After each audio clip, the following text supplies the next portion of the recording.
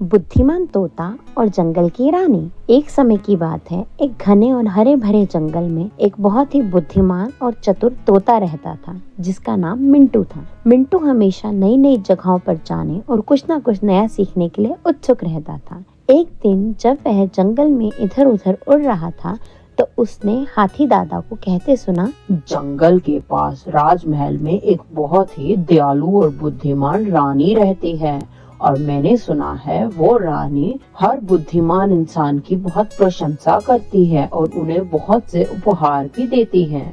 यह सुनकर मिंटू ने सोचा, अगर ऐसा है तो क्यों ना मैं भी रानी से जाकर मिलूं, उसे अपनी चतुराई दिखाऊं और बहुत सारे उपहार लेकर आऊं, और हो सकता है मुझे रानी से और भी कुछ सीखने को मिल जाए। यह सोचकर मिंटू उड़ता हुआ हाथी दादा के पास पहुंचता है और पूछता है, हाथी दादा, अगर मुझे रानी से मिलना है तो मैं कैसे मिल सकता हूँ? इस पर हाथी दादा कहते हैं, अरे मिंटू, तुम क्यों रानी से मिलना चाहते हो? रानी को मिलने जाना है तो बहुत ही कठिनाइयों का सामना करना पड़ता है। रानी बहुत दूर राजमहल में रहती है, जिसके लिए कई पहाड़ियाँ, दलदल, जंगल को पार करना पड़ता है। इस पर मिंटू कहता है, कोई बात नहीं हाथी दादा, मुझे रानी से मिलना है। मैं रानी से मिलकर उसे अपनी चतुराई का प्रमाण देना चाहता हूँ, और हो सकता है मैं रानी से बहुत कुछ सीख कर भी आऊँ। ऐसा सुनकर हाथी दादा कहते हैं, ठीक है मिंटू, तुम चले जाओ, लेकिन अपना ध्यान रखना, तुम्हें कई कठिनाइयों का सामना करना पड़ सकता है। इसके बाद मिंटू राजमहल की तरफ अपनी यात्रा की शुरुआत करता है। उड़ते उड़ते सबसे पहले उसे एक बहुत ही विशाल पहाड़ दिखाई देता है, जिसे देखकर मिंटू घबरा जाता है, क्योंकि मिंटू ने इतनी ऊंची उड़ान कभी नहीं ली थी। पर फिर भी वह हार नहीं मानता और फिसलते गिरते तेज हवाओं का सामना करते जैसे तैसे वो पहाड़ की चोटी तक पहुंच जाता है, और वहां पहुंचकर सोचता है, अरे शुक्र है मैं पहुंच गया, मैं तो बहुत थक गया, अब मैं थोड़ी देर यहाँ आराम कर लेता हूँ। ये पहाड़ तो बहुत ही बड़ा था, उम्मीद है आगे ऐसी कोई और चुनौती का सामना ना करना पड़े।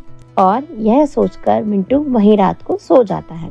अगले दिन जैसे ही वह सुबह उठता है, तो सामने देखता है कि एक बहुत ही गहरा और विशाल दलदल है, जिसके ऊपर से उसे उड़कर जाना है। और इस पर मिंटू सोचता है, अरे ये तो इतना बड़ा दलदल है, ये तो कभी खत्म ही नहीं होगा, मैं कैसे उड़ूं? इसके ऊपर तो कोई पेड़ भी नहीं है जिस पर मैं बैठ जाऊं। अब मैं क्या करूं? क्या मैं वापस चला जाऊं? यही सब सोचते सोचते वो डिसाइड करता है कि नहीं, वो हार नहीं मानेगा और वो आगे बढ़ेगा। जैसे तैसे छोटी गिरी टहनियों, पत्थरों का सहारा लेते हुए वो गहरा दलदल भी पार कर लेता है। और उसके बाद आता है घना काला जंगल। घने काले जंगल को देखकर मिंटू एक बार बहुत घबरा जाता है। तभी उसे अचानक से जोर से शेर की आवाज आती है, और मिंटू एक पेड़ पर छुप जाता है और सोचने लगता है, यह जंगल तो बहुत खतरनाक लगता है, अब मैं क्या करूं? यहाँ तो बहुत सारे जानवरों की आवाजें आ रही हैं। और तभी मिंटू की नजर उसी पेड़ पर लटके एक सांप पर पड़ती है, और मिंटू घबराकर नीचे गिर जाता है। अरे ये तो सांप है, अरे अरे अरे। और जैसे ही वहां से मिंटू उठने लगता है, उसे और भी खतरनाक जानवर दिखाई देने लगते हैं, जैसे तेंदुआ, शेर। और मिंटू फटाफट वहां से उड़कर छुपते छुपाते जंगल को पार कर लेता है। और जैसे ही मिंटू जंगल को पार करता है, सामने उसे राजमहल का बड़ा सा गेट दिखाई देता है, और मिंटू सोचने लगता है, अरे वाह, अब तो मैं राजमहल पहुंच ही गया, शुक्र है, अब मैं रानी से मिलूंगा। कि तभी अचानक दरवाजे के बाहर एक बहुत ही विशाल दानव खड़ा होता है, जो कि मिंटू से पूछता है, तुम कौन हो और यहाँ क्यों आए हो? दानव जी, मैं मिंटू हूँ, मैं रानी से मिलने आया हूँ। पर रानी से तो कोई नहीं मिल सकता, तुम यहाँ कैसे आए हो? दानव जी, मैं बहुत मुश्किलों का सामना करके रानी से मिलने आया हूँ, आप प्लीज मुझे रानी से मिलने दीजिए। ठीक है, अगर तुम्हें रानी से मिलना है तो तुम्हें पहले 3 सवालों के जवाब देने पड़ेंगे, और अगर तुम किसी सवाल का जवाब नहीं दे पाए तो मैं तुम्हें खा जाऊंगा। यह सुनकर मिंटू घबरा जाता है, लेकिन वो दृढ़ निश्चय से कहता है, ठीक है दानव जी, मैं आपके सवालों के लिए तैयार हूँ, आप सवाल पूछिए।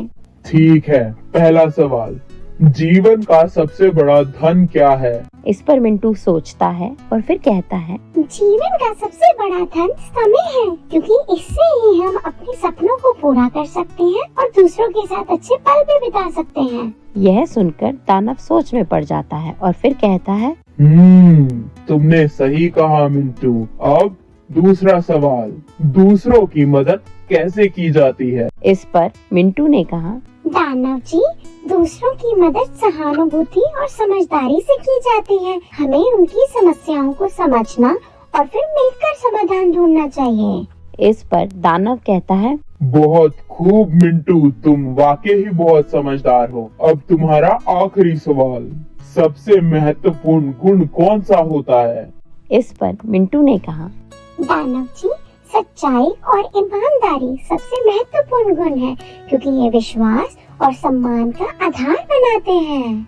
और ऐसा कहते ही दानव खुश हो जाता है और दरवाजा खोल देता है। दरवाजा खुलते ही मिंटू देखता है कि सामने एक बहुत भव्य सिंहासन है और उस सिंहासन पर मोरनी रानी बैठी है और वह कहते हैं, स्वागत है मिंटू, तुमने हमारे सवालों का सही उत्तर दिया। तुम सच में समझदार हो। बताओ, तुम्हारा यहाँ आने का उद्देश्य क्या है? इस पर मिंटू कहता है, रानी जी, मैं आपसे मिलने आया हूँ।